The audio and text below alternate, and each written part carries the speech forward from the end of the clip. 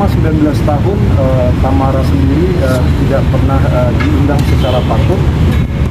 Sementara aturan-aturan perseroan dijalankan itu ada kaidah-kaidahnya.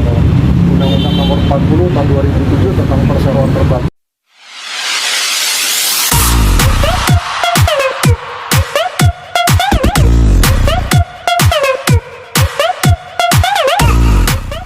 Tiga bawain dulu ya. Ada.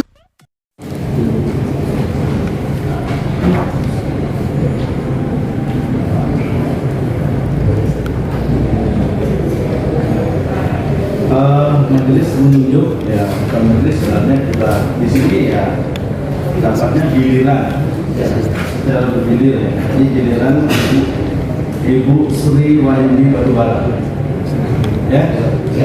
Ya. Jadi harapan majelis seperti tadi, harapan mediator pun seperti tadi. Jadi mudah-mudahan niat berdamai itu muncul karena ini masalah keluarga. Begitu banyak. Silakan diwakili salah satu penggugat maupun penggugat. Depan. Bahwa kami sudah memberikan penjelasan tentang perdamaian, ya. Mari Pak.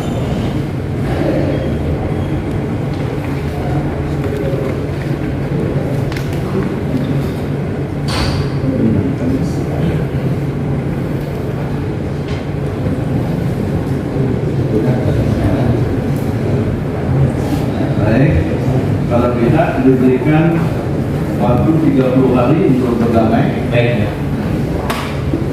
Sekiranya dalam 30 hari itu masih belum ada perdamaian, tapi gejala untuk damai masih ada, ya bisa mohon perpanjangan. Baik kepada media. Seperti biasa lah, karena bapak-bapak sudah hafal ya. Dan saya harap waktu ini dipakai secara efektif. Baik. Karena pertemuan tidak mesti dilakukan di pengadilan, tidak akan bertemu di waktu kalau pihak masih mungkin. Tidak perlu datang ke pengadilan bahwa akte perdamaian selesai sudah. Baik, ya. Begitu ya? Baik. Jelas Bapak, ada yang sampaikan cukup? Sudah cukup ya. Dari sini cukup? Sudah cukup. Jadi sidang ini kami tunda sambil menunggu laporan mediator. Kalau pihak nanti akan dibimbing oleh tugas kami untuk bertemu mediator. Baik. Sidang. Bahwa kami belum menerima undangan dan ternyata setelah dicek undangannya dikirim bukan ke domisili kami tapi kami belum menerima. Tapi confirm bahwa kami belum menerima relas panggilan. Cuman hari ini kita sampaikan dan majelis sendiri menyampaikan naikkan wit apakah itu bisa diterima ya kami terima. gas, naikkan gas. Nah, di sidang ditunda atau seperti apa Bang? Karena rilis belum diterima kan? Nah, kami anggap itu sudah kami terima hari ini. Kami terima hari ini. Tadi juga kami minta karena kami belum dapat gugatan. Kami juga minta gugatan diserahkan hari ini diserahkan juga. Oke, pemicu awal Rick mengajukan gugatan ini karena adanya dugaan penggelapan yang disebutkan oleh Mbak Tamara gitu kan Bang. Nah, mungkin bisa dijelaskan dulu Bang terlebih dahulu terkait penggelapan itu seperti apa Bang? Apakah TB tidak mendapatkan waris atau seperti apa Bang?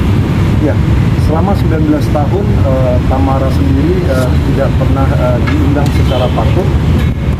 Sementara aturan-aturan perseroan dijalankan itu ada kaidah-kaidahnya. Undang-Undang Nomor 40 Tahun 2007 tentang perseroan terbatas itu mengatur bahwa pemegang saham harus diundang setiap tahun untuk dibicarakan mengenai apakah perusahaan rugi atau perusahaan untung. Kalau rugi itu seperti apa, kalau untung seperti apa.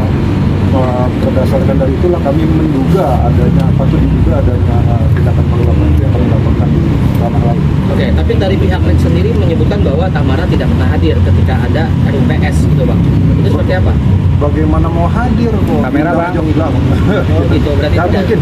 Ya nggak mungkin kita datang tanpa ada wadah yang jelas. Wadahnya itu diatur undang-undang yang mengatur. Oke, terkait pembayaran rumah sakit dari sang bapak almarhum ayahnya itu bahwa saat itu ketika itu TB sudah berusia 20 tahunan gitu Bang. Dan ada perjanjiannya untuk membantu membayarkan biaya rumah sakit itu seperti apa Bang? Oke. perjanjian itu bukan pernyataan. Sekali lagi ya, perjanjian itu bukan pernyataan. Jadi pernyataan itu bisa dibatalkan kalau mau dibatalkan ya. Jadi pernyataan itu harus kita akan uji. Pernyataan itu harus ada peringatan selanjutnya. Jurisprudensi Mahkamah Agung mengatakan bahwa pernyataan itu bukan sebuah pernyataan. Tapi ada hitam di atas putih berarti. Ada hitam di atas putih, pertanyaan yang lain. Hitam di atas putih itu dalam pernyataan itu tidak boleh di dalam tekanan. Kita bicara mengenai tekanan. Dibuat bulan November, orang tuanya meninggal, ayahnya meninggal. Bulan Desember 2001 dibuat pernyataan. Secara psikologis saja itu belum 40 hari ya, kan gitu ya. Jadi masih dalam kondisi yang sangat duka mendalam. Tamara disodorkan untuk penandatangannya, kita yang lagi kami uji nanti, kan gitu. Oke. Jadi pernyataan sekali lagi bukan perjanjian. Oke, bagaimana terkait pernyataan Tamara yang menyebutkan bahwa Rick itu bukan bagian dari keluarganya? Itu seperti apa? Wah, garisnya jelas ya, itu adalah abang tertua yang masuk hidup. Iya, tapi di sosial media Tamara menyebutkan bahwa Rick bukan bagian keluarganya, hanya mengaku-ngaku. Itu seperti apa, Pak? Oh, rasanya itu garisnya udah cukup. Oh, berarti pihak Tamara meralat dan membenarkan bahwa Rick itu bagian dari keluarga. Nanti bisa kita tanyakan kepada Tamara langsung ya. Jadi saya pikir garisnya sudah cukup jelas. Oke. Tadi kan Tamara sendiri berjanji akan membayar uang rumah sakit Bapak 24 miliar. Uang rumah sakitnya itu $100.000 dibagi dua, itu yang kami lihat di dalam gugatan ya. $100.000 dibagi dua, itu yang lagi kita masih mau uji seperti apa sih. Sekali lagi pernyataan tidak boleh di dalam gugatan.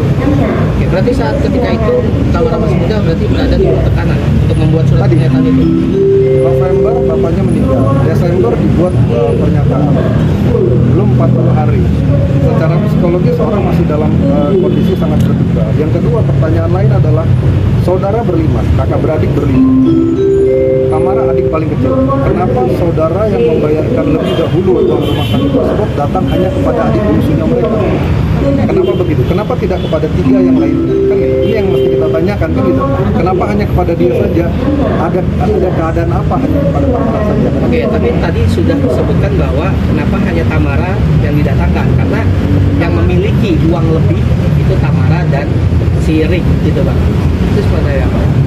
Wanita adik kecil yang pada saat itu umur 20-an tahun memiliki uang lebih, itu rasanya kan masih perlu banyak diskusi lebih jauh mengenai uang lebih itu ya. Ya karena dia berpenghasilan, karena keluarga yang lain tidak memiliki penghasilan bahasanya dari pihak Rick. Saudara yang 3 lainnya tidak berpenghasilan, saya pikir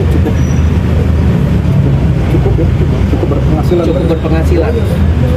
Dan mereka juga memiliki saham-saham atas mereka.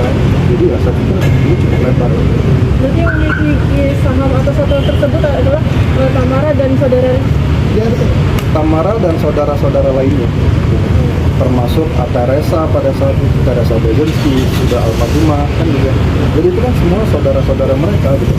Kita tidak bisa bilang pada saat itu Teresa almarhumah, Teresa Bezenski tidak punya uang seperti yang disampaikan kan gitu. Iya, soalnya pihak Rick menyampaikan bahwa untuk Teresa sendiri, maaf ya, almarhumah Teresa sendiri dibiayai oleh Rick gitu. Makanya dia tidak ikutan dalam membiayai pengobatan rumah sakit.